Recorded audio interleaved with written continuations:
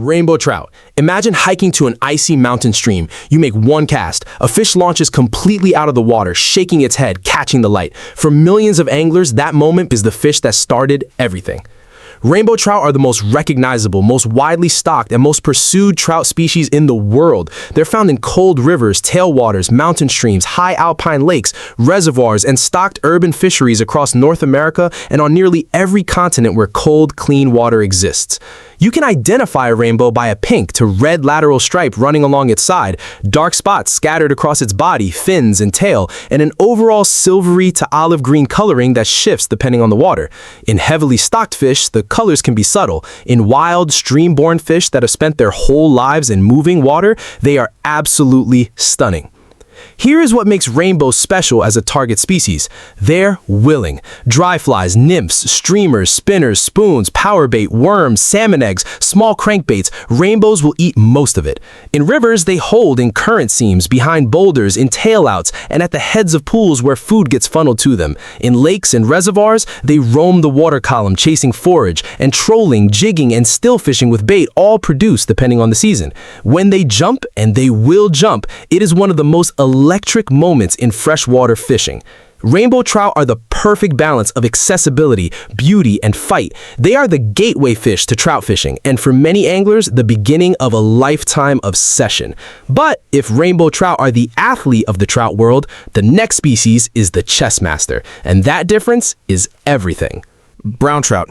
Brown trout are the fish that made trout fishing complicated, and that is exactly why serious anglers are obsessed with them. Originally from Europe, browns have been introduced across North America and around the world, and in many systems, they have become the most challenging and often the most rewarding trout to target. They are less forgiving, less aggressive in certain conditions, and more selective than rainbows. They demand more from the angler, and that is not a flaw. That is the entire point. Most anglers don't know this. Large brown trout are often most active after dark. The biggest fish in any river system are often completely invisible during the day, buried under undercut banks, deep in log structure, and sitting in the heaviest, darkest water available. They come out at night, and that is when you go after them. You can identify a brown by its golden brown to olive body covered in black and red or orange spots, many of those red spots surrounded by pale halos. The belly tends toward yellow or cream, and larger fish develop a thick, muscular look with an unmistakable wild character. During hatches, browns can rise freely, but they are notorious for refusing imitations that are even slightly off. Streamers, large nymphs, and low-light presentations produce the biggest fish. Brown trout are not the easy fish. That is the whole point, and for anglers who want a real challenge, no other river fish tests your skills quite the same way. Beautiful? Well, that title might belong to the next species, but here's the thing. Brook trout are not actually trout. Brook trout. Here's something that surprises almost everyone. Brook trout are not true trout. They are char, the same family as lake trout and Arctic char, but they live in the world of trout fishing and they belong in this conversation completely. What they are, beyond any technical classification, is one of the most beautiful freshwater fish in North America. The worm-like markings on the back called vermiculations, the red spots surrounded by blue halos on the sides, the orange and white-edged lower fins, the vivid belly color of spawning males, there is nothing else like it swimming in cold water. A wild brook trout in peak fall colors is something that stays with you. Brooks are native to the eastern United States and Canada and are strongly tied to cold, clear, highly oxygenated mountain headwaters. Catching a wild brook trout in many remote areas means hiking to water that most people never reach. Small dry flies, nymphs, spinners, and worms all work. They are aggressive biters, which make them rewarding for beginners, but wild fish in pressured water can still be surprisingly cagey. Their biggest limitation is how sensitive they are to warm water and degraded habitat. Finding healthy brook trout water is often a sign that the ecosystem around it is still intact. They are a fish tied deeply to wild places, and protecting them means protecting those places. Now, if brook trout are the beauty of the family, the next species is the monster. Lake trout. Most anglers don't think about lake trout the way they should, and that is a mistake. Lake trout are the deep water heavyweights of the char family, built for cold, dark, oxygen-rich water that most trout species would never survive in. They're native to the deep lakes and rivers of Canada and the northern United States, from the Great Lakes to the remote waters of the far north. In their preferred habitat, they are the apex predator, full stop. Lake trout have a deeply forked tail, a long body, and coloring that ranges from pale gray or green to almost bronze with cream or yellow spots. They grow slowly but live a very long time. In some systems, large lake trout are genuinely old fish that have survived for decades in the same cold, clear water. But here's the part that gets overlooked. Most of the year, these fish are unreachable without the right gear. They live far below the surface in the thermocline, chasing cisco, smelt, whitefish, and other cold water bait fish. Trolling with spoons, swim baits, and downriggers is the most consistent approach for reaching them at depth. In spring and fall, they come shallow, and shore fishing, jigging, and casting all produce. And in winter, lakers stay active under ice when almost nothing else will bite. A big lake trout surging upward from 40 feet below on a jig through the ice is a genuinely different kind of experience. They are not a fish people talk about enough, but in the waters where they live, they run the show. Cutthroat trout. If rainbow trout are the all-around athlete and brown trout are the chess masters, cutthroats are the originals. Cutthroat trout are the native trout of the American West. Across the Rocky Mountain region, the Great Basin, and the Pacific drainages, they have long filled the role that rainbow trout fill everywhere else, long before any introduction ever happened. You identify them most easily by the red or orange slash marks under the jaw that give them their name. Depending on the subspecies and water, coloring ranges from silver and subtle to heavily spotted and richly colored. And here is something most people don't fully appreciate. Cutthroat trout are not one thing. Yellowstone cutthroat, Lahontan cutthroat, coastal cutthroat, Bonneville cutthroat, West Slope cutthroat, each one is tied to a specific drainage and shaped by thousands of years of isolation. They are the same name, but they are very different fish. In rivers, cutthroats are more willing biters than brown trout, but more selective than hatchery rainbows. Dry fly fishing for cutthroats in western rivers is one of the defining experiences in American fly fishing. They rise freely, eat big dry flies with confidence, and fight with a wild, unpredictable energy. In high alpine lakes, small cutthroats can be stacked in shallow water and incredibly catchable on simple setups. Protecting native cutthroat populations is one of the most important conservation priorities across the West. They are the original fish of these watersheds, and in many places, they are still fighting to hold on. Bull trout. Most anglers don't know this species. That is partly because finding bull trout means going somewhere most people are not willing to go. Bull trout are the apex predator of cold mountain rivers and lakes, and they require some of the coldest, cleanest, most undisturbed water of any salmonid in North America. They are char like brook trout and lake trout, and they have a pale yellow, orange, and red spots on a green to gray-brown body with no black spots. They have a streamlined, predatory look that tells you exactly what they are before you even know their name. These fish do not wait for a dry fly. Big bull trout are hunting, ambushing, running down prey in the deepest, darkest sections of river or the open water of cold mountain lakes. Large streamers, live or cut bait fish where legal, and heavy presentations that suggest injured prey are the most reliable approaches. They are strongly tied to deep pools, cold tributary confluences, log jams, and remote roadless water that takes real effort to reach. But here's the crazy part. Bull trout are widely considered indicators of healthy watersheds. They simply cannot survive in degraded water. Finding them means the entire ecosystem around them is still working. They are a fish that demands wild places, and fishing for them means going to find those places. Steelhead.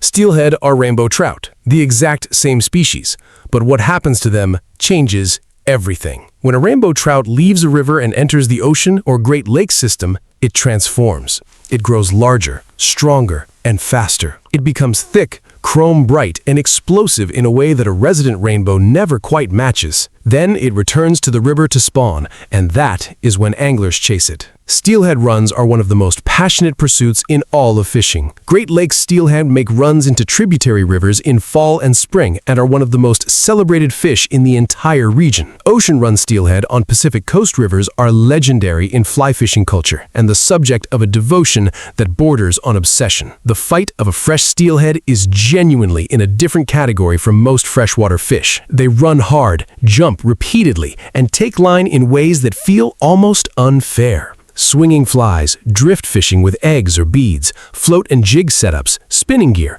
all of them can be effective depending on the river, the run, and the season. But here is what nobody tells beginners. Steelhead are sometimes infuriating. There are days when dozens of fish are rolling directly in front of you and nothing works. You can fish for steelhead for an entire week and touch one. And then, one morning, one crushes your fly and the world stops completely. That is why steelhead anglers keep going back. Every single time. Golden Trout. This next trout nearly stopped existing before most people ever heard of it. Golden trout are one of the most visually stunning freshwater fish in North America, and catching one in its native habitat is something very few anglers ever get to experience. They are native to a small area of the southern Sierra Nevada in California, living in cold, clear, high-elevation streams and lakes that are often only reachable after long backcountry hikes. The coloring of a wild golden trout is almost unreal.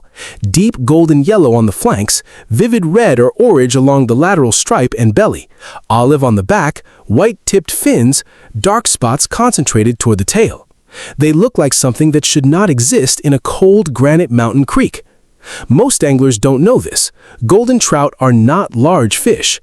Wild fish typically range from a few inches to about a foot, but size is entirely beside the point. A golden trout earned through a 2-day backpacking trip into wilderness is worth more to most anglers than 100 fish caught at a stocked lake. Small dry flies, nymphs, and tiny spinners all work in the streams where they live. The real challenge is simply getting there. They are the reward for going further than most people are willing to go. Apache Trout. This next trout nearly disappeared from the earth. Apache trout are one of the rarest and most culturally significant trout in North America. They are native to the White Mountains of Arizona, one of only 2 trout species native to Arizona. For a long time, they were on the brink of extinction, pushed out by introduced rainbow and brown trout, habitat degradation, and decades of pressure on a very small native range. But here is what makes this story different from most extinction stories. They came back.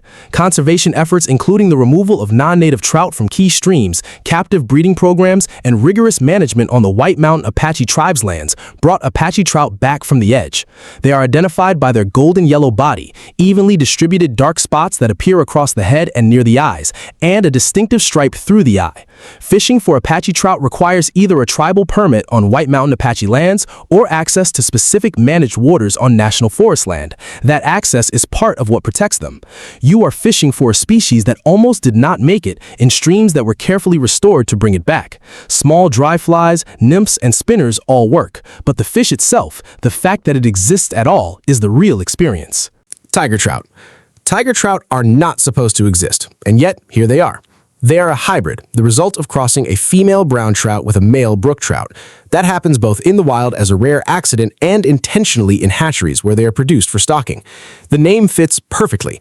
The pattern on a tiger trout is wild and chaotic, a marbled, worm-like maze of markings that looks unlike either parent and unlike almost anything else in cold water. Because they are hybrids, tiger trout are almost always sterile. That makes them a useful management tool. Fishery managers can add aggressive, fast-growing predators to a system without worrying about them reproducing. And aggressive is the right word. If brown trout are chess masters, tiger trout are the ones that just flip the board over. They hit streamers, spinners, and big flies with confidence and very little hesitation. They grow quickly, fight hard, and can reach impressive sizes in well-managed water. Finding tiger trout means knowing which specific lakes or streams receive them from your state or local hatchery. When you do find one and it grabs a streamer and runs hard for the deep end of the pool, you understand immediately why fishery managers keep producing them. Dolly Varden, and finally, a fish named after a Charles Dickens character. Dolly Varden are members of the char family, closely related to bull trout and sometimes confused with them, and one of the most widespread cold water species across the northern Pacific coast, from Alaska through British Columbia and into the Pacific Northwest. Like brook trout and lake trout, Dolly Varden are char rather than true trout, though you would never know it from the way anglers talk about them. The name comes, according to legend, from a colorful character in a Dickens novel, which is a perfectly unusual origin for a perfectly unusual fish. Dolly Varden have pale yellow, orange, and red spots on a greenish or gray-brown body with no black spots, the same general look as bull trout, and in many waters, telling them apart requires a close examination of specific physical features. Like bull trout, they come in both resident forms that stay in rivers and lakes for life and anadromous forms that migrate to the ocean and return silvery, powerful, and ready to fight. Most anglers don't know this. Sea-run dollies in coastal Alaska rivers are one of the most underrated fishing experiences in North America. They grow large, fight hard, and often run alongside salmon, feeding aggressively on loose salmon eggs during the spawn. Egg imitations and beads are some of the most effective presentations during salmon season. In rivers without salmon, streamers and other fish-imitating presentations work well. They are predators, and they behave exactly like predators. Not the most famous char in the family, but in the waters where they thrive, they are a legitimate trophy and a deeply satisfying fish to catch. From rainbow trout that introduced millions of people to fishing for the first time, to golden trout hidden deep in mountain wilderness that take 2 days on foot to reach, to Apache trout that nearly vanished and came back, every trout tells a different story. Some demand skill. Some demand patience. Some demand a 2-day hike and a backcountry permit. But every single one of them reminds you why trout fishing stops being a hobby and becomes something closer to an obsession. From the rainbow that introduces people to fishing for the first time to the Apache trout that nearly disappeared forever, every trout has its own story. Different waters, different challenges, different personalities. And that is what makes the trout family one of the most fascinating groups of fish on Earth.